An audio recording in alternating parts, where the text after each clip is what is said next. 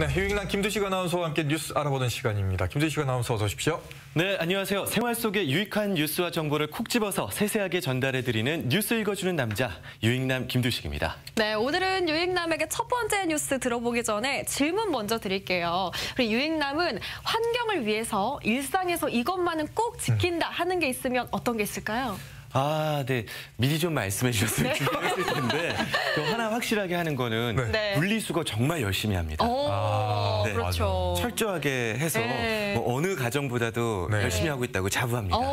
분리수거가 기본 중에 기본이죠. 기본을 잘 지키고 계시군요. 본인은 뭘 하고 있는 거 있어요, 근데? 갑자기 왜 그 질문을 해요? 저는 카페에 갈 때 텀블러를 사용하고, 저 일회용품도 빼고 배달 음식 주문하고 참 지키고 있는 게 많죠. 당황했지요. 답이 빨리빨리 안 나오는데요. 안 했어요. 첫 번째 뉴스 전해주세요. 네, 첫 번째 뉴스 전해드리겠습니다. 한국에너지공과대학교 켄텍이 오늘 오후에 착공했습니다. 이 켄텍은 전체 부지 면적 38만 4천여 제곱미터에 캠퍼스 시설 15만 5천 제곱미터를 총 3단계로 나눠서 건축을 진행하는데요. 오늘 착공한 건축물은 대학 본부와 강의동 등 핵심 시설물이고요. 내년 2월 전까지 준공을 마치고 약 200명을 수용할 예정입니다. 이야, 드디어 이제 시작이 됐습니다. 삽을 뜬 거예요. 네. 이 켄텍이 이제 세계 유일의 에너지 특화 대학으로 가려고 하는 거잖아요. 그렇습니다. 켄텍은 개교 이후에 2050년까지 30년 안에 글로벌 탑10 수준의 이 공과대학으로 도약하겠다는 목표를 가지고 있습니다. 또 국가 균형 발전에 대한 당위성도 있는데요. 야당, 국민의힘을 중심으로 한전공대 탄생에 워낙 반대가 거셌어서 지역 정치권 또 교육계에서는 오늘 착공을 두고 정말 감격적이라는 반응들을 내놓고 있습니다. 맞아요. 네. 지난 2017년 4월에 문재인 대통령의 대선 공약으로 시작이 돼서 돌아보면 참 난관이 많았잖아요. 캠퍼스 착공까지요. 그렇습니다. 문재인 정부는 출범 후 2달 뒤인 2017년 7월에 이 한전공대 설립 내용을 담은 국가 운영 5개년 계획을 발표했습니다. 대학 부지는 광주와 나주가 치열한 경쟁을 펼친 끝에 지난해 1월 나주 혁신도시 내 부영 골프장 부지가 최종 선정이 됐고요. 그리고 지난해 10월 한전공대 특별법이 발의가 됐는데 5달 가까이 국민의힘 반대에 부딪히다가 여당과 또 호남 정치권, 시민단체들의 끈질긴 설득 끝에 올해 3월 국회를 통과했습니다. 정말 막판까지 야당이 반대를 하는 바람에 이게 넘어갈 수 있을까, 통과될 수 있을까 걱정을 많이 했는데 정말 끈질기게 해서 통과가 됐습니다. 정말 박수 보내주고 싶습니다. 네, 한 가지 아쉬운 점이라면요. 지역 우수 인재 입학 전형이 없다는 것입니다. 전라남도와 나주시가 매년 각각 100억 원씩 10년 동안 총 2천억 원을 투입하고 또 무상으로 캠퍼스 부지도 제공했기 때문에 한전공대 측이 지역 인재 발굴의 한 축을 담당해 줄 것이라는 게 지역의 기대였거든요. 하지만 내년 신입생 모집 때도 그 이후에도 이 지역 우수 인재 전형이 없는 것으로 나타나고 있습니다. 이 부분에 대해서 대학 측이 좀 더 깊이 고민해 주길 바라봅니다. 네. 두 번째 뉴스는 어떤 뉴스인가요? 네, 전국의 토지 공시 가격이 발표가 됐습니다. 지난해에 비해서 전국 평균 9.95% 올라서 13년 만에 가장 큰 상승폭을 기록했는데요. 광주가 광역시도 가운데 12.36% 가장 많이 올랐습니다. 아니 이게 왜 우리가 가장 많이 올랐습니까? 그러니까요. 아니 그동안 저평가가 돼 있었던 건가요? 아니면 어떻게 된 건가요? 네, 광주시 관계자가 이 상승 이유를 밝혔는데요. 아무래도 광산구 빅그린 산업단지의 글로벌 모터스 공장이 대규모로 개발이 되고 또 각종 개발 여파로 보인다라고 분석을 했고요.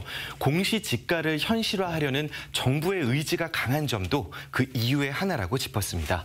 광주 다음으로는 세종이 11.89%, 대구 11.56%, 서울 11.54% 순으로 올랐고요.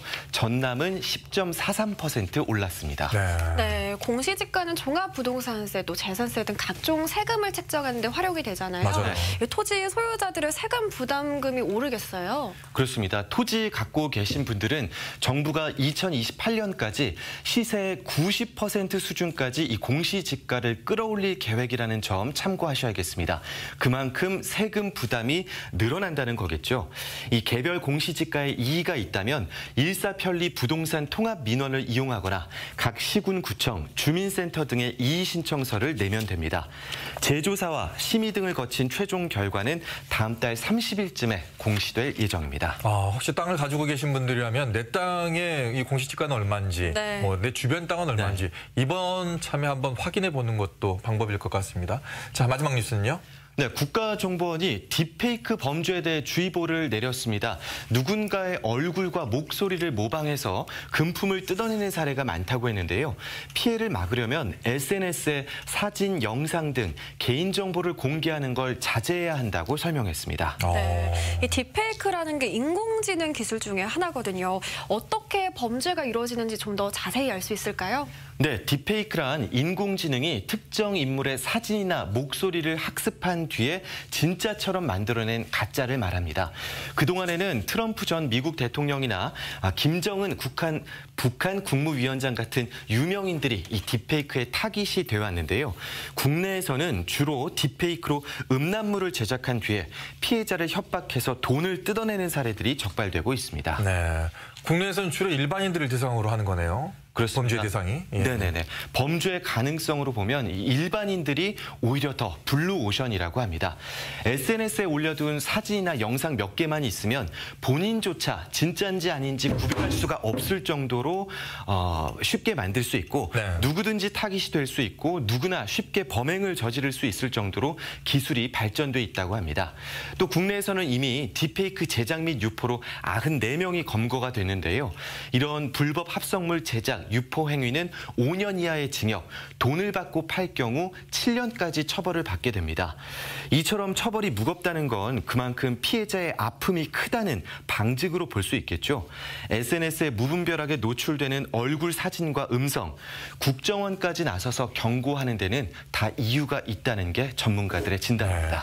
네. 이걸로 일반인들이 피해를 보지 않도록 신고도 좀 간편하게 할 수 있게 좀 이렇게 잘 해놔야 될 것 같습니다. 네. 네, 오늘 말씀 고맙습니다. 고맙습니다.